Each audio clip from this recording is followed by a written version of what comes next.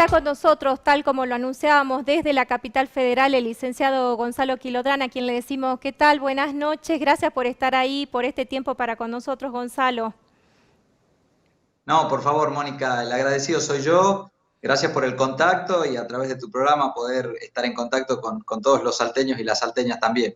La verdad que esto de la pandemia nos ha movilizado en todo lo que son las comunicaciones y demás. Hace algunos días hacíamos una nota en nuestro programa con el fiscal de la Unidad de Ciberdelincuencia a nivel nacional y hablábamos de esto, ¿no? De lo que pasa con respecto a las estafas y todos los engaños que se dan a través de las redes sociales. Y la consulta es, ¿qué injerencia tiene el ENACOM en estas cuestiones, ¿no? Que a veces se escapan a los usuarios? Por ejemplo, ayer el Ministerio de Turismo de la provincia tuvo hackeada su cuenta y un curso que quiso dar no pudo llevarse a cabo en razón de que el uso de pornografía entró en el uso de la plataforma Zoom. ¿Ustedes tienen alguna injerencia, Gonzalo, en este tema? A ver, nosotros también, inclusive al inicio de la cuarentena, sufrimos, el mismísimo presidente lo hizo público en sus redes sociales, lo que es la infodemia, ¿no? Lo que es esta pulular de información falsa y afortunadamente, digo, con mucha responsabilidad de la ciudadanía en el manejo de las redes, en el reenvío de información, de videos, se ha llegado a falsificar presuntos boletines oficiales que decían tal cosa, desinformando a la ciudadanía. Y usted sabe, Mónica, que en épocas como las que transitamos, de zozobra, digo, esto flaco favor le hace a cumplir con este aislamiento social preventivo y obligatorio.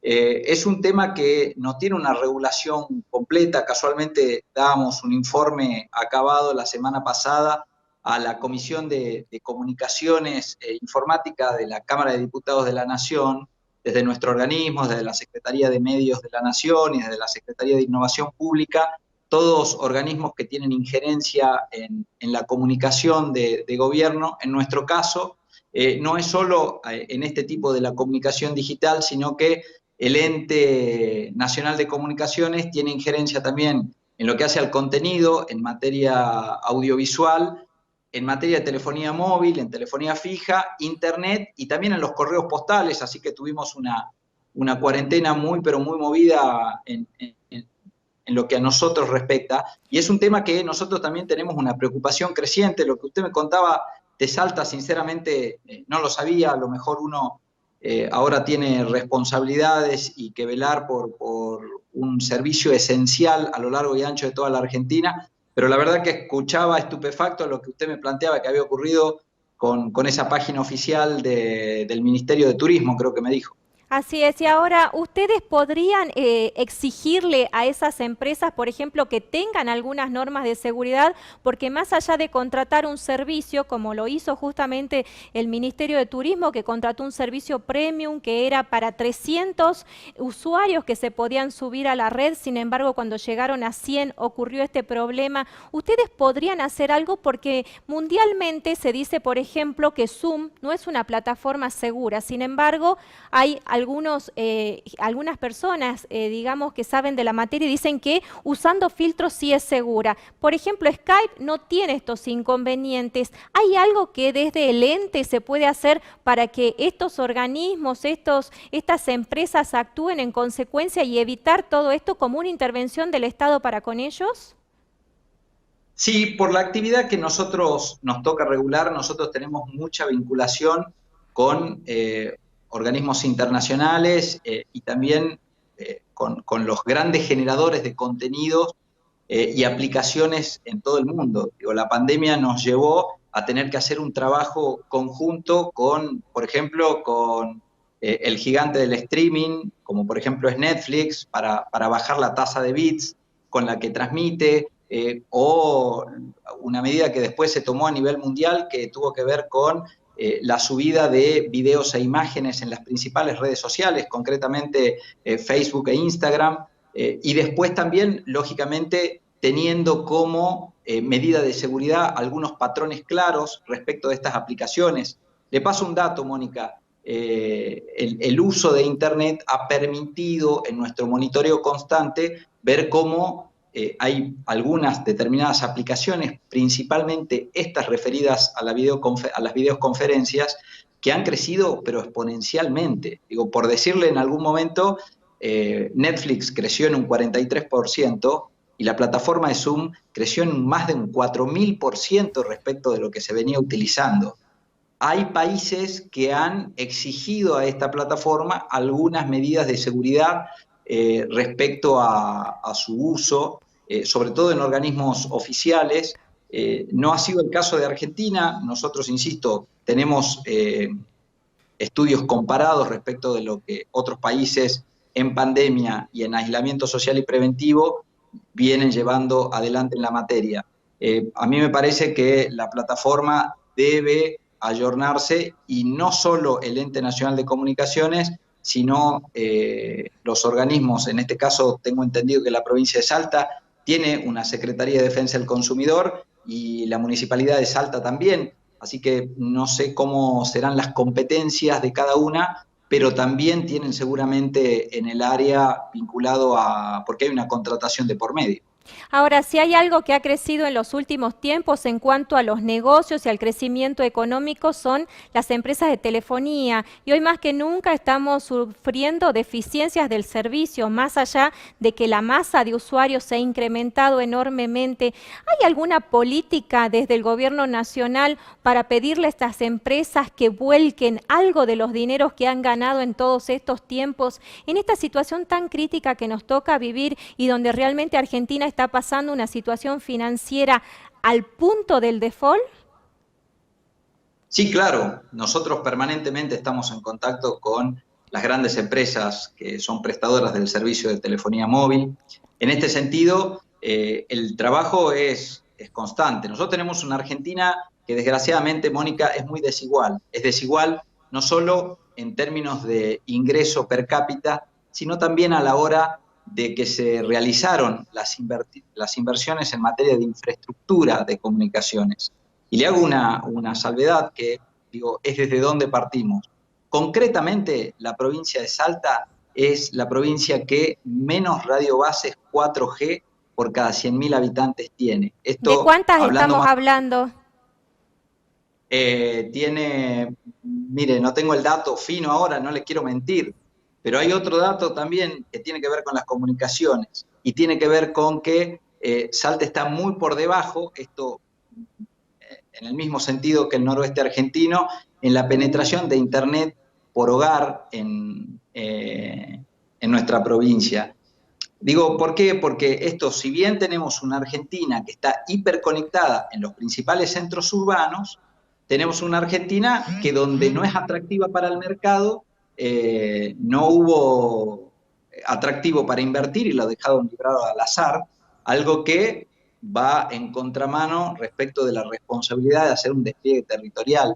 Mira, hay algo que yo siempre pongo de manifiesto en el organismo que nos toca dirigir, y es que nosotros recibimos permanentemente, de manera lógica, reclamos por la falta del servicio 4G acá en la ciudad de Buenos Aires o en el conurbano bonaerense, y a veces en mis redes sociales personales uno recibe los reclamos de otros lugares de la Argentina que nunca tuvieron 4G. Digo, por ejemplo, la puna salteña, jujeña, catamarqueña, que es un lugar de enorme inversión y atractivo de capitales internacionales, no hay un servicio 4G como la gente. Digo, Ahora, ¿no habrá llegado el de... momento, disculpe que lo interrumpa, no habrá llegado el momento que justamente el gobierno nacional, en virtud de lo que yo le preguntaba, le exija a las empresas que inviertan y den servicio de Internet al menos gratuito en algunas zonas donde para la gente se le hace inaccesible pagar un servicio? En lugares donde no llega una antena, hoy una empresa privada en Salta está cobrando 1.600 pesos cuando le estamos exigiendo a los chicos que usen una plataforma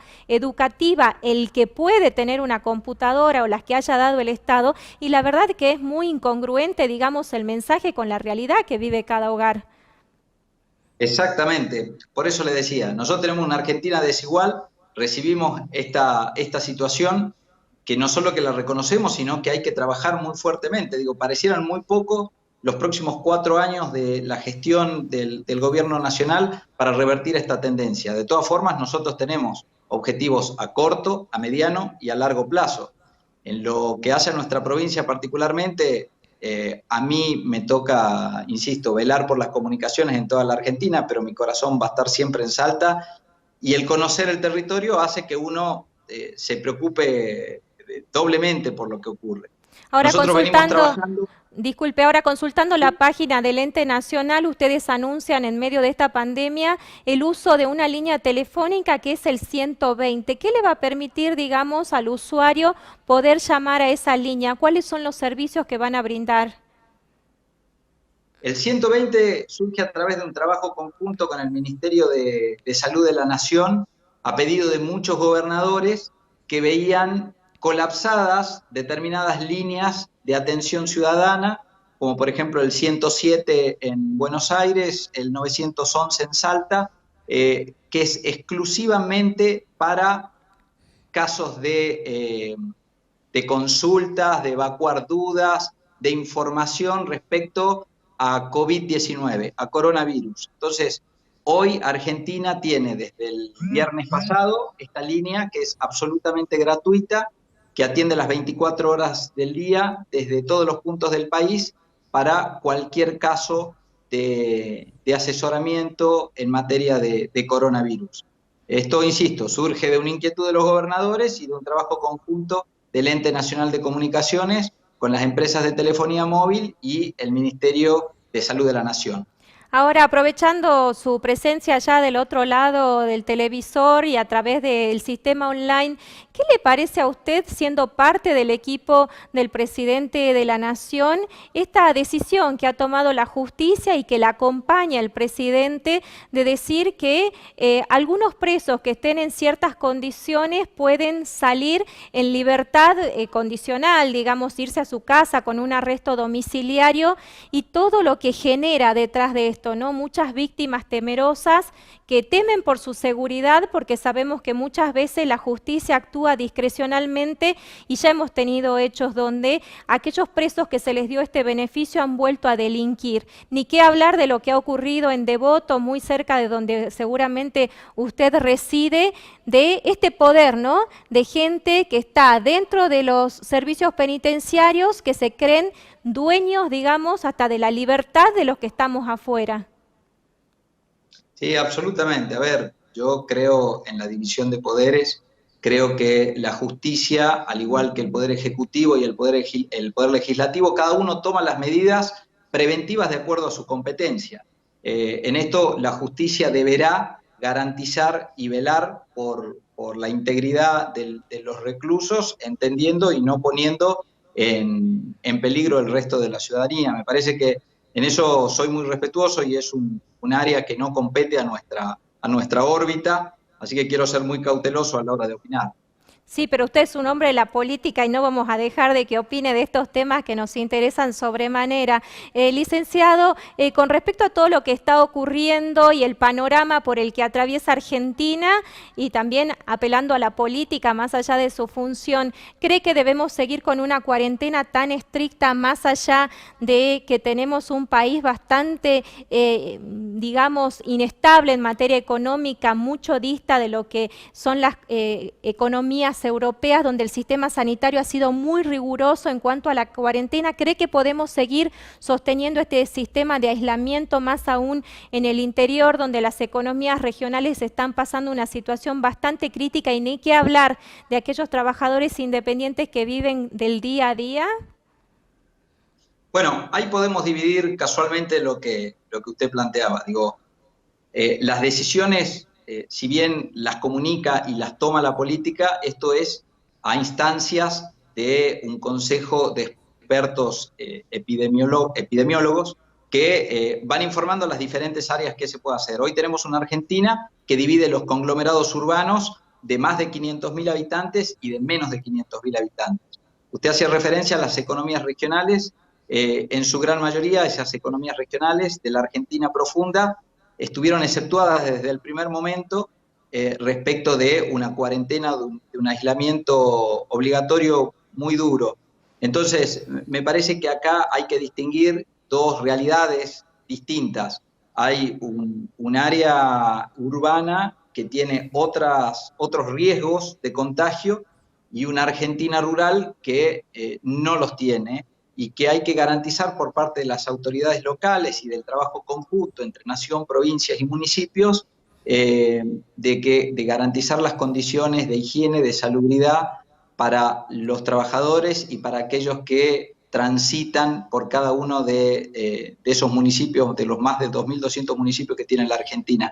También en eso quiero destacar el enorme trabajo conjunto y una de las enseñanzas que nos deja la cuarentena es que los argentinos podemos trabajar unidos, nos podemos poner de acuerdo cuando los grandes temas son acuciantes, y uno de esos es este, ¿no? El de la cuarentena. Aquellos que somos padres y tenemos una cuarentena muy dura, muy rigurosa, y compartimos la cotidianeidad de nuestros hijos, sabemos de la necesidad de flexibilizar en un mínimo. Al presidente no le gusta decir flexibilizar, pero él lo hacía explícito en estas últimas horas, de la necesidad de a veces de los más chicos de poder dar una vuelta, aunque sean 500 metros. Yo estoy de acuerdo con eso.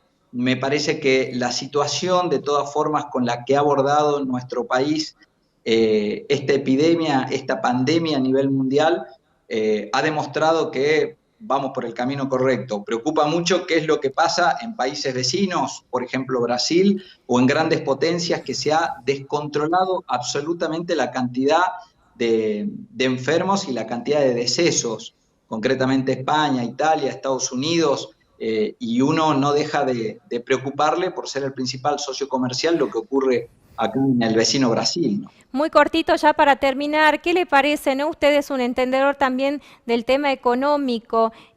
Cuando asumió el presidente, el dólar estaba a 43 pesos, hoy sube la barrera de 120, una economía totalmente devastada. ¿Cómo vamos a poder recuperar esto? Después el dólar no se retrotrae, ni tampoco se retrotraen los precios que han subido sobremanera. ¿Falta fuerza política y medidas en este sentido para parar la suba del dólar y de los precios, licenciado?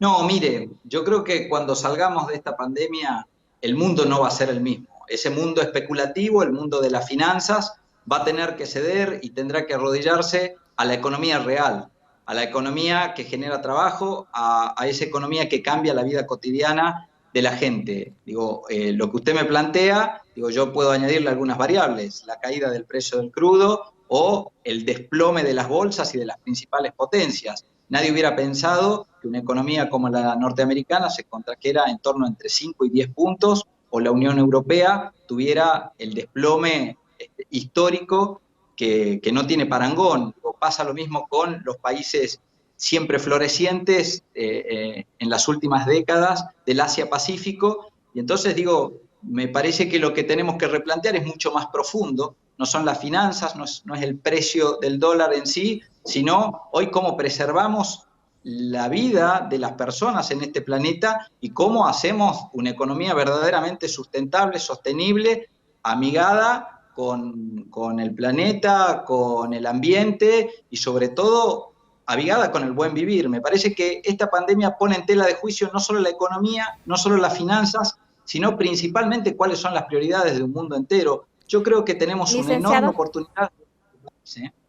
Ya me quedo sin tiempo, así que desde ya muchísimas gracias por estar del otro lado y bueno, no faltará oportunidad para mantener estos contactos online que nos acerca, teniendo en cuenta que usted ahora reside en Buenos Aires, pero siempre es interesante conocer la opinión de los que forman parte de la política argentina. Muchísimas gracias por el contacto, Mónica, y reitero mis saludos para todos los salteños y las salteñas. Muchísimas gracias. Hacemos una pausa, ya volvemos.